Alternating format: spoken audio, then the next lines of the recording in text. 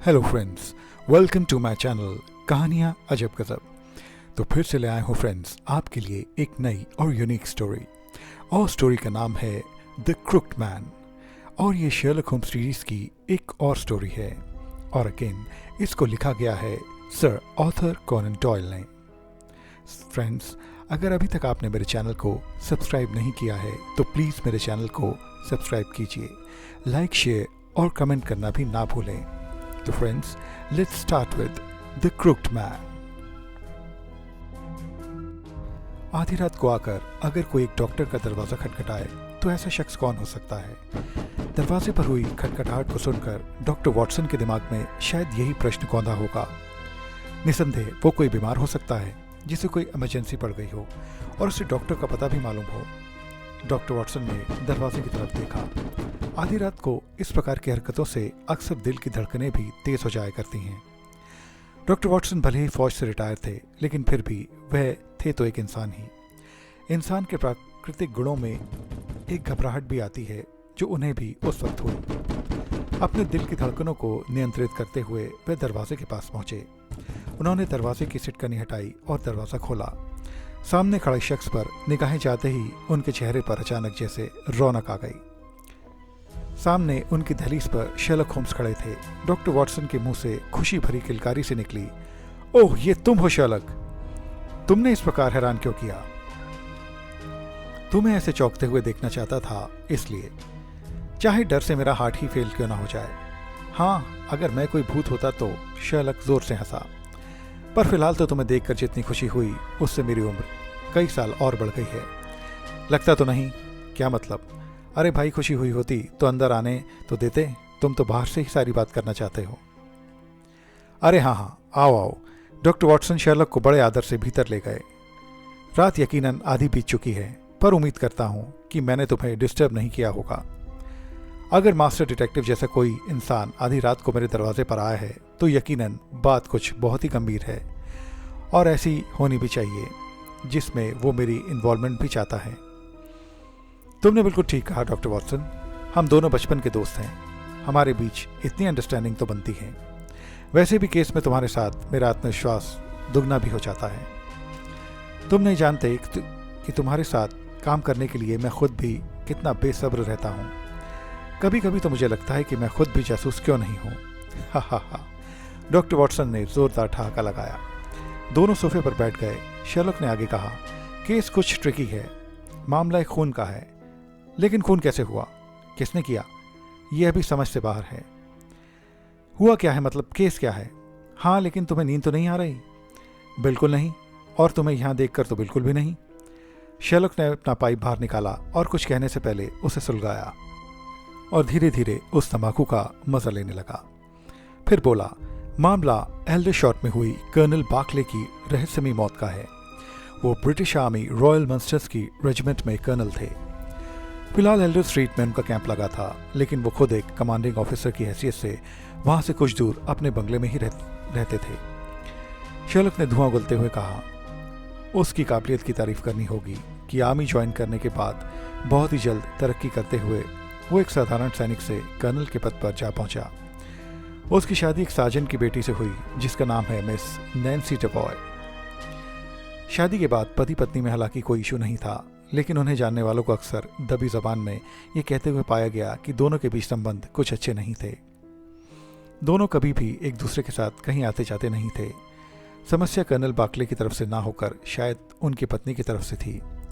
Colonel अपनी पत्नी को वैसे ही चाहता था जैसे नॉर्मल दूसरे पति अपनी पत्नियों को चाहते हैं, किंतु नैन्सी को अगर कहीं बाहर जाना होता था तो वह अकेले ही जाती थी। और ये सब बातें मुझे उनके घोड़ा गाड़ी के चालक और इनकी दोनों नौकरानियों से पता चली हैं, जो कि इनके साथ काफ़ी लंबे समय तक काम करते रहे थे। नैन्सी अक्सर चर्च की गतिविधियों में हिस्सा लेने के लिए वहाँ जाती थी। वहाँ भी वह अपने पति के साथ कभी नहीं जाती थी। वहाँ वह अपने साथ अपनी एक पड़ोसन दोस्त को लेकर जाया करती थी। उसकी एक पड़ोसन दोस्त का नाम है मॉरिसन। चर्च की ऐसी मीटिंग रात 8 बजे से शुरू होकर लगभग 1 घंटे तक चलती थी। यह सिलसिला कई महीनों से बदस्तूर जारी था, लेकिन पिछले हफ्ते ही वह मनहूस घटना घट गई। जब नैन्सी चर्च के बाद अपने घर पहुंची, उस वक्त रात के 9:30 बजे थे। वो बहुत परेशान दिख रही थी उसने अपनी मेड सर्वेंट को एक कप चाय लाने को कहा। ऐसा कभी नहीं हुआ था कि चर्च से लौटने के बाद नैन्सी ने कभी इस तरह की फरमाइश की हो। ये सुनकर मेड सर्वेंट को भी बहुत अजीब लगा, लेकिन जब नैन्सी ऐसा चाहती थी तो नौकरानी ने उन्हें चाय दी। उसी समय कर्नल बाकले भी वहाँ उसके पास पहुंचे। दरवाज़ा भीतर से बंद कर लिया गया। दोनों में बातें होने लगी। इन बातों में उस नौकरानी को कोई रुचि नहीं थी, क्योंकि पति पत्नी कुछ भी बातें कर सकते थे। लेकिन उस समय उस नौकरानी के कान उधर लग गए जब पति पत्नी की वो बातचीत तेज़ आवाज़ों में बदल गई। आवाज़ें फिर चीख चिल्लाहटों में बदलने लगीं तो उसे मामला पेचीदा लगने लगा। उसने दरवाजे को खोलने की कोशिश की तो वो नहीं खुला। दरवाज़ा अंदर से बंद था। उसने अपनी साथी मेड और गाड़ीवान को बताया। तीनों वहाँ पहुँचे और तीनों ने ही दरवाजे को खोलने की कोशिशें की। अंदर पति पत्नी की कोई बहस छिड़ी थी। दोनों ज़ोर ज़ोर से चिल्ला रहे थे। जो कुछ उन्होंने सुना वो इस प्रकार के शब्द थे। नैन्सी कर्नल पर चिल्ला रही थी, तुम स्वार्थी और मतलबी इंसान हो, तुम्हारे पास दिल नहीं है, तुमने किसी की भावनाओं की कद्र नहीं की, तुम्हारे कारण मेरी ज़िंदगी नर्क हो गई, मुझे मेरी ज़िंदगी लौटा दो। इसके बाद उन्होंने कर्नल की तेज़ चीख सुनी। अंदर क्या हुआ क्या नहीं ये कोई नहीं बता सकता था, लेकिन चीख के साथ ही अंदर से किसी भारी वस्तु के गिरने का तेज स्वर गूंजा। गिरने वाली यह चीज़ क्या थी कहना मुश्किल था। इसके बाद अंदर गहरी शांति छा गई। भयानक चुप्पी। तीनों को किसी गड़बड़ के होने का अंदेशा हो चुका था, लेकिन करते क्या, दरवाज़ा अंदर से बंद जो था। तभी कोचवान को याद आया कि वो कमरे की खिड़की से भीतर आ सकता है। कोचवान भागकर उस रास्ते से भीतर गया और अंदर का दृश्य देखते ही उसके मुंह से चीख निकल गई। उसकी समस्त नसों में अनोखा सा तनाव उत्पन्न हो गया। 7 पुश्तें जैसे एक साथ कांप गईं। सामने उसके मालिक कर्नल बाकले की लाश पड़ी थी। उसके सिर पर एक गहरा घाव था जिससे खून निकलकर तालाब सा बह रहा था। मज़े की बात यह थी कि नैन्सी भी पास में बेहोश पड़ी थी। बाहर से दोनों नौकरानियां दरवाज़ा खोलने के लिए चिल्ला रही थीं। कोचवान ने दरवाजे को खोलने की कोशिश की, लेकिन उसका ऑटोमेटिक लॉक बंद था। कोचवान ने चाबी ढूंढने की कोशिश की ताकि ताला खुल सके, लेकिन लाख ढूंढने पर भी चाबी उसे वहां नहीं मिली। कमाल है, दोनों में से एक ने तो ताला लगाया होगा, फिर चाबी कहाँ गई? वो बड़बड़ाया। वो पहले ही घबराया हुआ था। उसने बाहर आकर पुलिस को सूचना दी। पुलिस के आने पर कारपेंटर को बुलाया गया, जिसने दरवाजे के बोल्ट अलग करके उसे खोला और तब पुलिस अपनी कार्रवाई शुरू कर सकी। पुलिस भी इस मामले को देखकर चकरा गई कि आखिर कर्नल की मौत किस प्रकार हुई। मामला आर्मी के अफसर की मौत का था, इसलिए आर्मी के हेडक्वार्टर को भी सूचना दी गई। मेजर मर्फी ने इस पेचीदा मामले को सुलझाने के लिए मेरे नाम की सिफारिश की। मैंने केस को इन्वेस्टिगेट करना शुरू किया। मैंने पाया कि कर्नल बहुत डरा हुआ था। उसकी आंखें भय से फटी हुई थीं, लेकिन एक फौजी आदमी इस प्रकार भला किससे डरने लगा? ये बात मुझे हजम नहीं हो रही थी। यानी मरने से पहले उसने ज़रूर कुछ ऐसा देखा था जिसने उसे बहुत डरा दिया था। वो कुछ या फिर कोई कातिल भी हो सकता है जिसे उसने अपने बहुत पास देखा हो, या इस हालत में देखा हो कि अब वो उसका मुकाबला तक करने की पोजीशन में ना रहा हो। उसे लगा हो सकता है कि उसकी मौत उसके सिर पर है। ऐसे हालात में तो कोई सूरमा भी डर सकता है। नौकरों से बातचीत करने के बाद मैंने भी कमरे में चाबी को ढूंढने की बहुत कोशिश की, पर वो मुझे नहीं मिली। चाबी का वहाँ ना मिलना वाकई संदेह व आश्चर्यजनक था। मैंने उनके पड़ोसन दोस्त मॉरिसन से भी पूछताछ की, लेकिन उसने भी कत्ल से जुड़ी कुछ खास जानकारी मुझे नहीं दी। नैन्सी पुलिस के शक के दायरे में थी, लेकिन पुलिस इस बात का कोई जवाब नहीं दे पा रही थी कि यदि उसी ने कर्नल को मारा है तो फिर वो खुद बेहोश कैसे हो गई। मैंने अपने ध्यान फिर से कर्नल की दोनों नौकरानियों और उसके कोचवान पर किया। तब उनमें से एक नौकरानी ने दिमाग पर जोर डालते हुए मुझे बताया कि दोनों जब एक दूसरे पर आरोप प्रत्यारोप लगा रहे थे तो उसने नैन्सी के मुंह से एक नाम सुना था, डेविड। डेविड मारे गए कर्नल का शुरू का नाम भी हो सकता है, जैसे डेविड बाकले। डॉक्टर वॉटसन ने शर्लॉक को टोकते हुए कहा। शर्लॉक ने देखा कि उसका पाइप बुझ चुका है। उसने उसे फिर से जलाया और फिर आगे बोला, नहीं नहीं, ऐसा नहीं है। कर्नल का पूरा नाम जेम्स बाकले है। ओह खैर, फिर क्या हुआ, आगे बताओ, वॉटसन ने कहा। फिर नैन्सी को अस्पताल भेज दिया गया और कर्नल की लाश को पोस्टमार्टम के लिए। इस केस में कोई दम नहीं लगता, डॉक्टर वॉटसन ने अपना विचार रखते हुए कहा। साफ पता चल रहा है कि नैन्सी सबको मूर्ख बना रही है। कमरे में सिर्फ वो और कर्नल थे। उसी ने कर्नल के सिर पर किसी भारी चीज़ से वार करके उनकी हत्या की और फिर हत्या के आरोप से बचने के लिए बेहोश होने का नाटक किया। पुलिस को गुमराह करने के लिए उसी ने ही कमरे की चाबी भी गुम की। यदि ऐसा होता तो चाबी मुझे कमरे के भीतर ही कहीं पर ज़रूर मिलती। मैंने हर कोना छान मारा लेकिन चाबी मुझे नहीं मिली। ये एक इत्तेफाक भी हो सकता है कि चाबी बाद में कमरे में ही मिल जाए। कभी कभी हम चीज़ों के बहुत करीब होते हुए भी उन तक नहीं पहुंच पाते। नैन्सी पर मेरे शक न करने की एक वजह और भी है। डॉक्टर वॉटसन ने प्रश्नपूर्ण निगाहों से शर्लक होम्स की तरफ देखा। शर्लक ने कहा, वो वजह है खिड़की के बाहर किसी इंसान के फुटप्रिंट्स। यानी एक और इंसान भी वहाँ हो सकता था। हाँ, जिस कमरे में खून हुआ उस कमरे की दीवारों को संग्रहालय जैसा बनाया गया था। शायद कर्नल को कुछ एंटीक चीज़ें जमा करने का शौक रहा हो, जैसे तलवारें, पुराना चाकू, बर्छे, ढालें, गदा इत्यादि। मेरी कहानी के हिसाब से कोई ऐसा था जो कमरे के बाहर मौजूद रहकर उनकी बातें सुन रहा था। खिड़की के रास्ते वो भीतर घुसा होगा। उसी ने मौका देखकर कर्नल के उन्हीं एंटीक जमा किए गए हथियारों में से एक भारी हथियार उठाकर उसका वार कर्नल पर किया, जिससे उनकी तत्काल मौत हो गई। वह खतरनाक दृश्य देखकर नैन्सी अपने होशोहवास कायम न रख पाई और बेहोश हो गई। उसके बाद हत्यारा कमरे से भागने की फिराक में रहा होगा, क्योंकि अक्सर कत्ल के बाद हत्यारे खुद को बचाने की पुरजोर कोशिश करते हैं। उसने कमरे के दरवाजे की तरफ बढ़ना चाहा। दरवाजे की चाबी उस समय अंदर से दरवाजे में ही लगी होगी। उसने चाबी को घुमाकर ताला खोलना चाहा होगा, लेकिन तभी बाहर शोर सुनकर नौकर इकट्ठा हो गए। उनकी वहाँ मौजूदगी को देखते हुए वो घबरा गया। हालांकि दरवाज़ा अंदर से बंद ही था, पर फिर भी उसे लगा कि कहीं वो लोग दूसरी चाबी से दरवाजे को खोल न डालें। उस डर से उसने चाबी को वहाँ से निकाल लिया और खिड़की के रास्ते भी वहाँ से भाग निकला। चाबी भी वो अपने साथ ले गया। कहानी रोचक है। इस रोचक कहानी में एक इंटरेस्टिंग किरदार और भी है। अरे भला वो कौन है? ये इंटरेस्टिंग किरदार एक छोटा चूहे जैसा पैने पंजों वाला एक जानवर हो सकता है। इसका पता कैसे चला? क्या चूहे जैसा जानवर भी वहाँ अपने कदमों के निशान छोड़ कर गया था? डॉक्टर वॉटसन ने जैसे मजाक किया।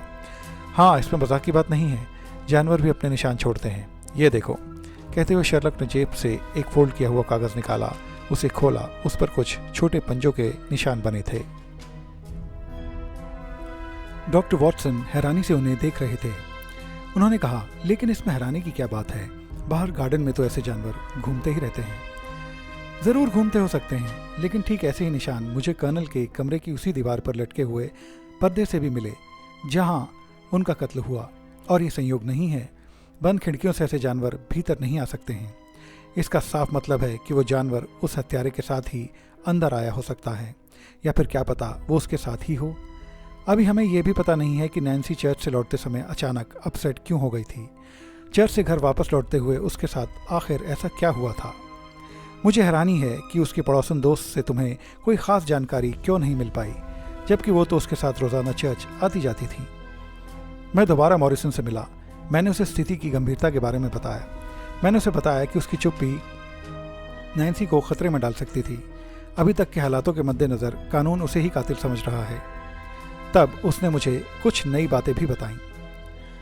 उसने मुझे बताया कि चर्च से लौटते समय हम लोग अक्सर हडसन स्ट्रीट से गुजरते थे, जो कि अधिकतर सुनसान रहती है। हत्या वाली रात भी हम वहां से गुजरे थे। अचानक एक आदमी नैन्सी के सामने आ गया। वो अधेड़ उम्र का दिखता था। उसने पुराने गंदे से चमकदार कपड़े पहने थे, जैसे गलियों फुटपाथों पर अक्सर हाथ की सफाई के खेल दिखाने वाले जादूगर इत्यादि पहनते हैं। नैन्सी को देखकर उसके मुंह से आश्चर्य के साथ निकला, ओह नैन्सी, ये तुम हो? ओह, मुझे विश्वास नहीं होता। नैन्सी उसे यकायक पहचान नहीं पाई, लेकिन जल्द ही वह उसे पहचान गई। Henry, oh no, what a surprise. पर तुम तो 30 साल पहले मर चुके थे। जल्द ही नैन्सी को मेरी उपस्थिति का एहसास हुआ और वो हेनरी को एक तरफ ले गई, जहाँ से अब मैं उनकी बातें नहीं सुन सकती थी। वह कुछ देर तक न जाने क्यों बातें करते रहे। फिर जब नैन्सी उससे अलग हुई तो वो आदमी जो भी था नैन्सी से बहुत गुस्सा और खफा हो गया। उसने मेरी तरफ आती हुई नैन्सी को चेतावनी के अंदाज में गुस्से से मुक्का दिखाया। बस इससे ज़्यादा वो उसके बारे में नहीं बता सकी, क्योंकि नैन्सी ने उसे कुछ भी नहीं बताया था। तो फिर मॉरिसन ने ये सब बातें तुमसे पहले क्यों छुपाई? डॉक्टर वॉटसन ने कहा। उनका कहना है कि खुद नैन्सी ने ही उसे ये सब बातें किसी दूसरे को कहने से मना किया था।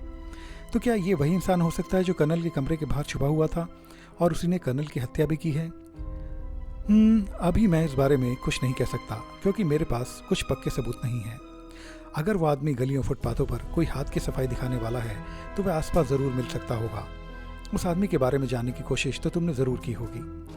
हाँ, कि मुझे पता चले कि वो हडसन स्ट्रीट पर किराए के मकान में रहता है। मैंने उसकी मकान मालकिन से पता किया कि उसने मुझे उसके बारे में काफ़ी जानकारी दी। उन्होंने बताया कि वो उनके मकान में पिछले 1 हफ्ते से रह रहा है।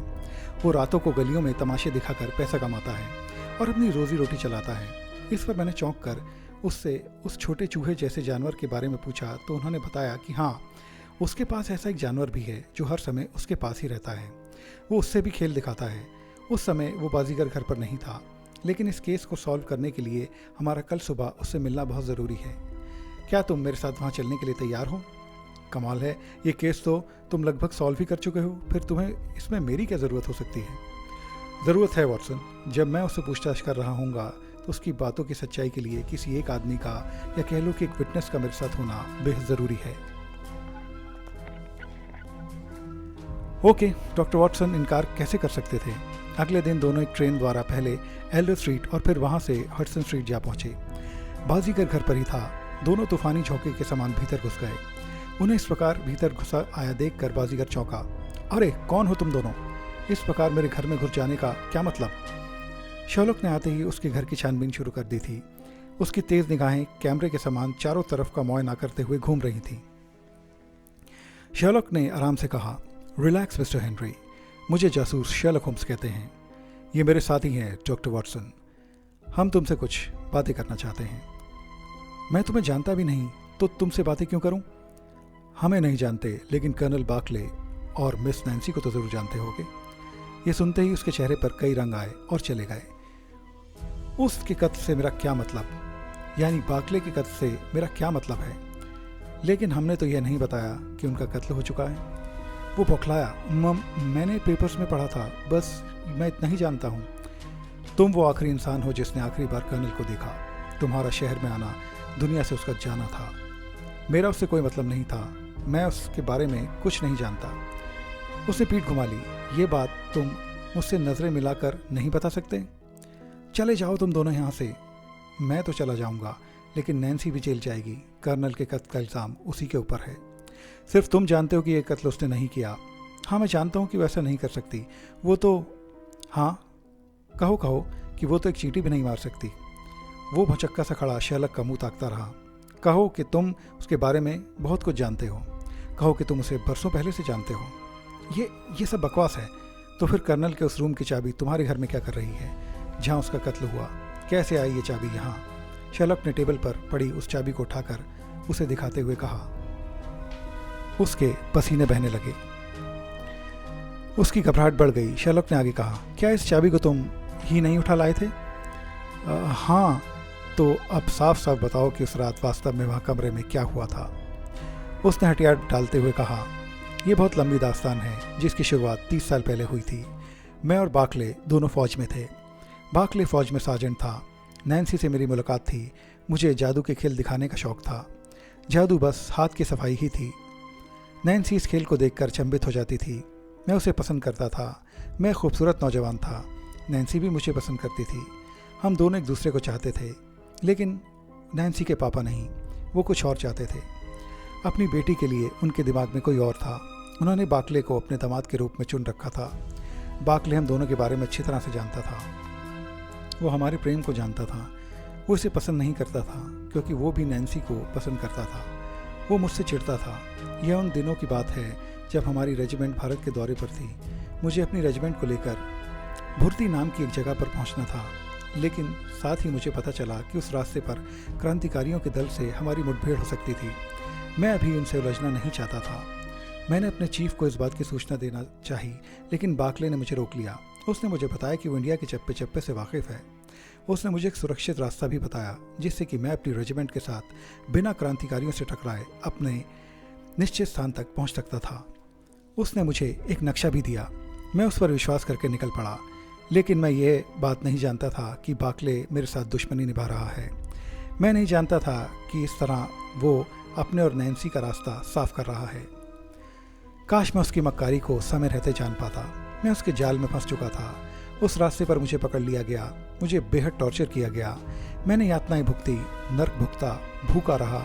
नैन्सी के प्यार की तड़प मुझे बेचैन करती रही। मैं उसके पास जाना चाहता था, लेकिन मैं तड़प कर रह गया। मैं बाकले को कोसता रहा, फिर वहाँ से मुझे नेपाल ले जाया गया। वहाँ कुछ कबीलाई लोगों ने लूटपाट के इरादे से हमारे कैंप पर हमला कर दिया। वो मुझे बंदी बनाकर ले गए। उन्होंने मेरे साथ गुलामों जैसा व्यवहार किया। मुझे खेती बाड़ी के काम पर लगा दिया गया। वहाँ से एक दिन मौका देखकर मैं भाग निकला। मेरे पास कुछ पैसे थे जिनकी मदद से मैं वापस इंग्लैंड आने में सफल हो गया। हालांकि ये मेरी अपनी जगह थी, लेकिन फिर भी लोगों के द्वारा ठुकराया गया। जीवन यापन के लिए मैंने बाजीगरी का काम शुरू कर दिया। और तब एक दिन रास्ता चलते मुझे नैन्सी मिली। हाँ, उसे देखकर मैं भावुक हो उठा। मैं उसे नहीं भुला पाया था। कहना होगा कि उसी का प्यार था जिसने मुझे इतने नर्क भुगतने के बाद भी जिंदा रखा। लेकिन उसने मुझे बताया कि उसे उसकी मौत की खबर मिली थी। फिर भी उसने उसका बहुत इंतज़ार करने के बाद ही आखिरकार एक सख्त फैसला लेते हुए बाकले से शादी करी। मैंने उसे बाकले की धोखेबाजी की दास्तान सुनाई, जिसे सुनकर उसे भी अपने कानों पर विश्वास नहीं हुआ। मैंने उसे लौट आने को कहा, लेकिन उसने बताया कि जो भी हो, अब वो बाकले की पत्नी है। 30 साल बाद उसका लौटना बेहद नामुमकिन था। इस पर मैं बुरी तरह से गुस्सा हो गया। वो चली तो गई, लेकिन मैंने उसका पीछा किया। मैं उसके घर तक जा पहुंचा। मैंने देखा कि वो मियाँ बीवी आपस में लड़ रहे हैं। बाकले ने मुझे खिड़की से देख लिया। मुझे देखते ही उसके होश उड़ गए। उसकी हालत ऐसी हो गई जैसे उस पर बिजली गिर पड़ी हो। वो सदमे में चला गया। उसका चेहरा पीला पड़ गया। अचानक वो गिरा और उसका सिर जोर से टेबल के कोने से टकराया। उसका सिर तुरंत फट गया। शायद वो तुरंत मर गया था। उसकी वैसी हालत देखकर नैन्सी घबरा गई। उसे गश आ गया। वो गिर भी पड़ी। मैं तुरंत अंदर आया, पर तब तक कर्नल मर चुके थे। नैन्सी को इस हालत में देखकर मैं भी घबरा गया। मैं यही नहीं देख सका कि वो जिंदा भी था या नहीं। मैंने दरवाजे से बाहर निकल जाना चाहा। मैंने चाबी को घुमाने की कोशिश भी की थी कि बाहर दरवाजे पर खड़े नौकर चीख चीख कर दरवाज़ा थपथपाने लगे, और इस स्थिति ने मुझे घबरा दिया। मुझे लगा कि ऐसे में अगर मैं बाहर निकला तो मुझे ही हत्यारा समझ लिया जाएगा। मैंने कमरे की चाबी निकाल ली और भागने लगा, लेकिन उसी समय मेरी जेब से मेरा पालतू जानवर मोंगूज निकल भागा। वो पर्दे पर चढ़ गया। मैं उसे छोड़कर नहीं जा सकता था। वो मेरी रोजी रोटी का साधन था। वो तब भी मेरी जेब से निकल भागा था जब मैं गार्डन में खिड़की के पीछे छुपा हुआ उन दोनों का झगड़ा देख रहा था। मैंने पर्दे के पास जाकर उसे पकड़ा और फिर खिड़की के रास्ते खुद भी भाग निकला। तो तुम कहना चाहते हो कि तुमने कर्नल को नहीं मारा? हाँ, उसे नैन्सी ने भी नहीं मारा। वो तो अपने आप ही मर गया। उसे उसके कर्मों की सज़ा भगवान ने स्वयं दे दी। वो दुर्घटनावश मारा गया है। मैं उस वक्त वहाँ था, लेकिन मैंने उसे नहीं मारा। मैं सच कहता हूँ। मैं इस सच को जानता था क्योंकि मैंने टेबल के कोने पर लगे खून के धब्बे को देखा था। टेबल का कोना थोड़ा मुड़ गया था। ऐसा तभी संभव था जब कोई ज़ोरदार तरीके से उस पर आकर टकराए या कोई उसका सिर बलपूर्वक जोर से टेबल से टकरा दे। नैन्सी ऐसा नहीं कर सकती थी, और कर्नल के मुकाबले तुम्हारी शरीर की ताकत भी कमज़ोर थी। तुम बूढ़े भी हो गए हो, लेकिन मैं इस सच को तुम्हारे मुंह से सुनना चाहता था। दोनों बाहर निकल गए। शर्लक डॉक्टर वॉटसन के साथ मेजर मर्फी के पास पहुंचा। शर्लक ने उसे सारी दास्तान सुनाई। मेजर ने उससे कहा, शर्लक होम्स, कर्नल की पोस्टमार्टम रिपोर्ट भी आ गई है। उसमें उसकी मौत का कारण सिर की चोट नहीं बताया गया। वास्तव में कर्नल बाकले की मौत डर से हार्ट फेल हो जाने के कारण हुई। शर्लक मुस्कुराया। डॉक्टर वॉटसन भी मुस्कुराए। मेजर ने उनके आने का शुक्रिया अदा किया। दोनों मेजर से इजाज़त लेकर वापस लौट पड़े ट्रेन पकड़ने के लिए। स्टेशन की तरफ बढ़ते हुए डॉक्टर वॉटसन ने पूछा, इस केस में एक रहस्य अनसुलझा रह गया। हाँ वॉटसन, शायद तुम डेविड के बारे में सोच रहे हो। एग्जैक्टली, ये डेविड शख्स कौन है? वास्तव में जब नैन्सी अपने पति से बहस कर रही थी तो उसके नौकरों ने उसके मुंह से उसका नाम सुना था। डेविड वास्तव में उनकी ज़िंदगी का कोई हिस्सा न होकर होली बाइबल का एक पात्र है। बाइबल की एक कहानी में डेविड का वही रोल है जो कर्नल ने नैन्सी और हेनरी की कहानी के बीच निभाया। बहस करते हुए वो कर्नल बाकले की तुलना डेविड से कर रही थी। भाई कमाल है, तुम एक बेहतरीन और काबिल तारीफ डिटेक्टिव हो शर्लक। तुम्हारे पास एक बात का जवाब है। हाँ, पेचीदा से पेचीदा केस की इन्वेस्टिगेशन भी ऐसे ही एक सवालों के जवाबों पर टिकी होती है वॉटसन। एक सवाल का जवाब भी ना मिले तो समझो कि कहीं कुछ गड़बड़ हो गई है। छूटे हुए एक सवाल का सही जवाब भी सही अपराधी को तुम्हारे सामने ला खड़ा कर सकता है। इसी प्रकार छूटा हुआ एक भी सवाल जिसका जवाब ना मिला हो किसी निर्दोष के गले में फांसी का फंदा बन सकता है। और तुम जानते थे कि मैं ये सवाल तुमसे ज़रूर करने वाला हूँ। क्यों शर्लक? हाँ, सचमुच मास्टर डिटेक्टिव हो तुम शर्लक। दोनों ट्रेन में आ बैठे थे। ट्रेन ने विसिल दी और आगे बढ़ चली। मौसम भी सुहाना हो चला था। तो फ्रेंड्स, ये थी story the crooked man by sir Arthur Conan Doyle. दुष्ट इंसान, कहानी sir Arthur Conan Doyle, Sherlock Holmes series की एक और स्टोरी। फ्रेंड्स, मेरी और भी इंटरेस्टिंग स्टोरीज़ और वीडियो के लिए लिंक डिस्क्रिप्शन में दिए गए हैं। प्लीज़ उनको अपने फैमिली और फ्रेंड्स के साथ ज़रूर एंजॉय कीजिए। फ्रेंड्स, अगर आपने अभी तक मेरे चैनल को सब्सक्राइब नहीं किया है तो प्लीज़ मेरे चैनल को सब्सक्राइब करें। लाइक, शेयर और कमेंट करना भी ना भूलें। तो मिलता हूँ आपसे सब लोगों से अपने अगली इंटरेस्टिंग स्टोरी में। तब तक के लिए बाय बाय।